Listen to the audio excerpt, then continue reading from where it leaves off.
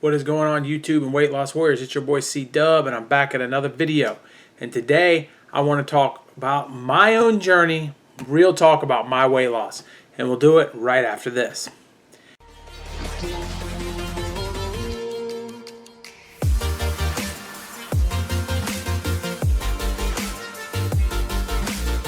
Hey guys, what's happening? It's C-Dub, and I wanted to take a minute to just sit here and talk to you guys about real life, my real weight journey, and a little bit on a different level than I have before.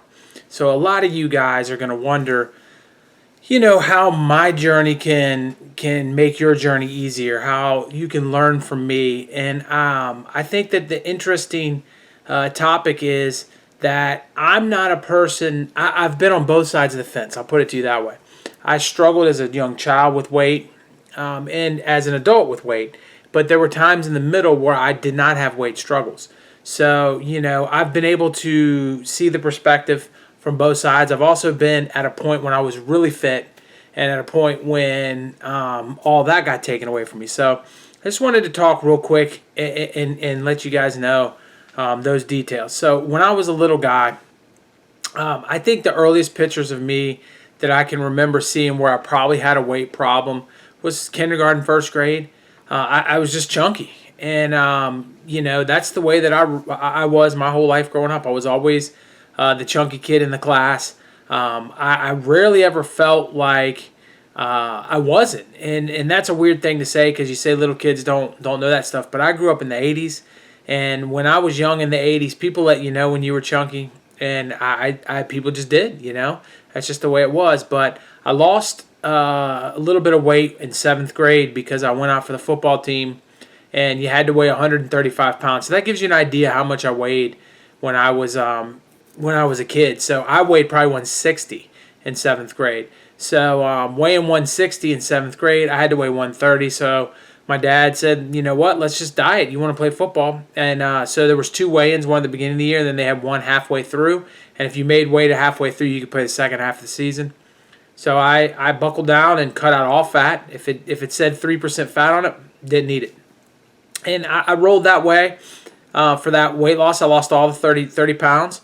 To be honest with you, I wasn't just an overweight kid. I was always a stronger kid too. So when I lost that 30 pounds, I was pretty fit, Played that whole football season, had an outstanding year, and it was fun. And so I know that I wanted to go back in 8th grade and play again, but the weight limit was 135 in 8th grade, and I was up to probably 180. I remember thinking, there's just no way I'm going to lose that weight, so I didn't even try. So, and that's where my weight loss journey as far as that one went. And I got huge in high school. So I got up to 200 and I want to say about 260, 270 in high school. It might have even been 280. I was really big. And what happened there was we had a science project, and we had to do blood pressure. And the kid doing my blood pressure said, "Hey, I'm only getting his first number."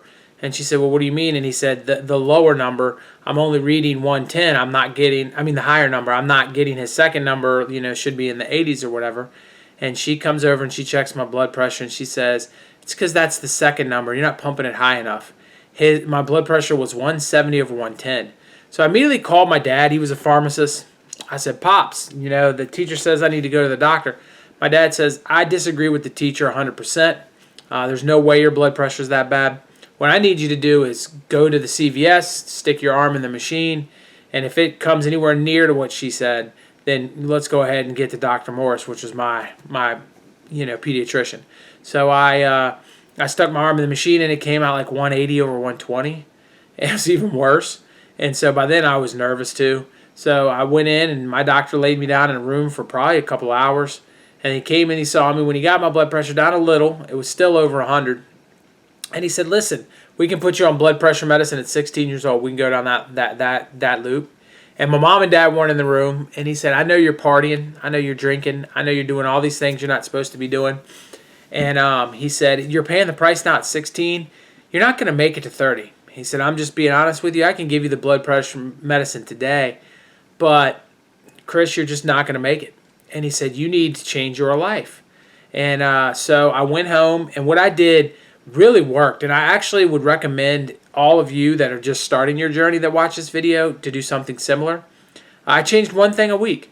So the first week I said I'm not going to drink any more sodas. I remember I did that when I lost weight in 7th grade. So I cut sodas out of my life. No more Coke, no more Pepsi, no more Dr. Pepper. All those empty calories gone. I didn't drink anything that had a calorie in it. I did not drink one thing that had a calorie in it. That was week 1.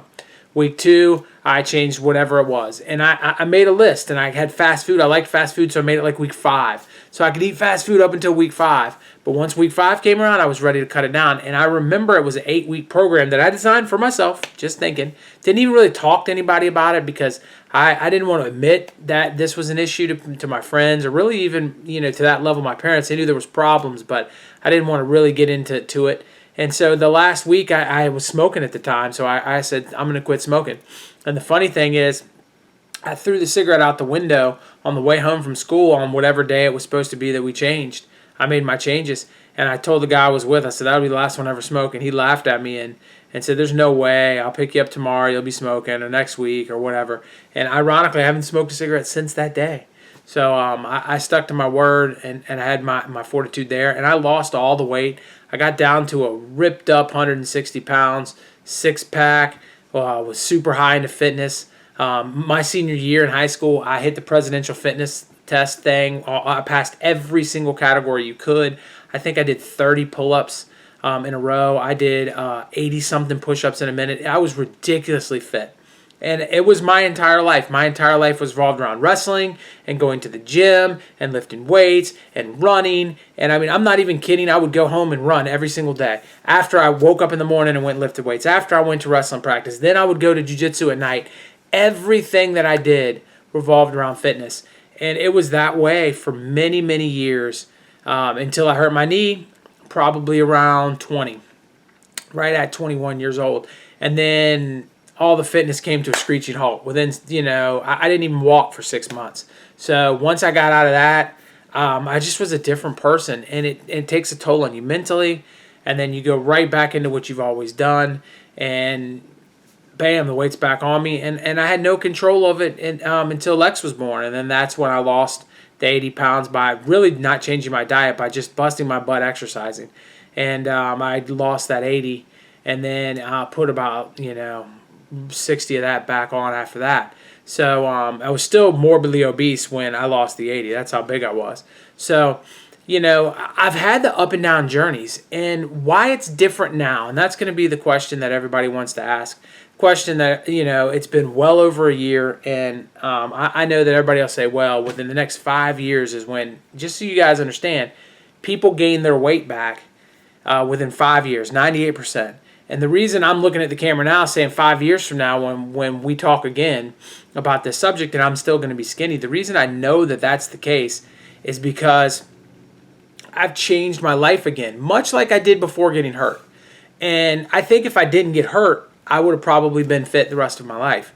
But I did get hurt. But this time, back the last time, it was a bunch of exercise to do with and diet, but a lot of exercise. This time, it's more based on the fact that I understand that I was consuming too often. And I didn't understand that before. Even if you would put me on a diet 2 years ago and said, this is what you need to eat, I would have lost some weight, but I would have had a whole lot of trouble because I would have been snacking throughout the course of the day. My insulin levels wouldn't have been right. My hormones wouldn't have been right. And I would have been in that same cycle that so many of us struggle with. But because I discovered OMAD, because I discovered I was tough enough to stick with OMAD, and because OMAD has impacted me in ways that I cannot even express, I know the weight will never come back. I know that we'll have this conversation years from now, and I'll be just as fit. So, I think that I just wanted to give you guys a little touch as my whole weight journey. I know some of you may have seen some of that through the 6 Miles from Supper interview or different interviews I've done. But I wanted you guys to have a chance one-on-one to sit down with me, to light up the comment section with any questions you have about my weight loss journey, and just let you guys know that I'm in this to help you get there, but I'm also not going to slip. And your journeys inspire me too, so please share them. Write me on Instagram. I just had a guy ask me today or yesterday if we could do an interview, and I'm going to try to set that up. He's lost 70 pounds. He's not interested in being on YouTube or anything else. He just wants to talk about his journey. And so I figure I'll bring him on the channel and let him. And several other people. Matter of fact, if you have a success story, hit me up on Instagram. Write a comment down here. Send me a Facebook message. Maybe we can get you on the channel. I want to spread the love, guys. I want to spread the word. I want to let you guys know it's possible and that we can make a difference. You just have to commit to getting it done. Be a weight loss warrior. Join the family, guys. Join the family, and let's keep this thing growing, because this fasting family, this community of people is wonderful. It's going to continue to grow, and I appreciate all of you. Thank you for spending 10 minutes with me. Please comment, like, and if you haven't done so, subscribe. Hit 700 subscribers tonight, guys. That's amazing. I want to keep that going. I want to spread the word as much as possible. I need your support. I appreciate you. Peace.